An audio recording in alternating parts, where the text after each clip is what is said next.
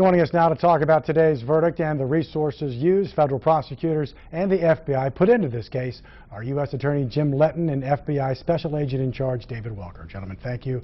Mr. Letten, you said this was a message that was critical about rooting out corruption. The jury emphatically agreed. Why?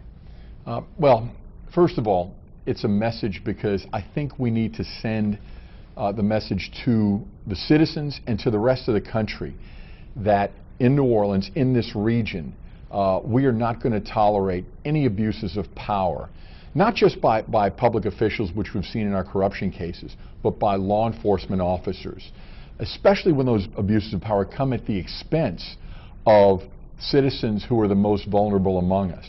I think it is absolutely critical in moving forward, in building an NOPD that is a world-class department, and truly reforming NOPD, that the message that accountability is absolute for police and that they're going to be held to a high standard, whether Katrina or no Katrina, in protecting the citizens and honoring the laws that they work under. I think that is really important. And today is an incredible message to that effect. Mr. Walker, FBI put a lot of resources into this.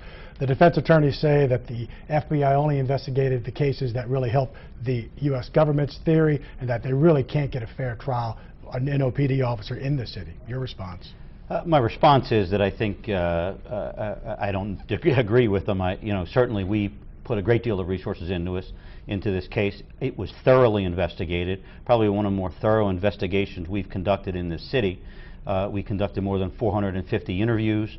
There were probably more than 50 agents involved over any period of time in various aspects, our evidence response team, our laboratory, any number of things that we put into this case, and really because we wanted it thoroughly investigated.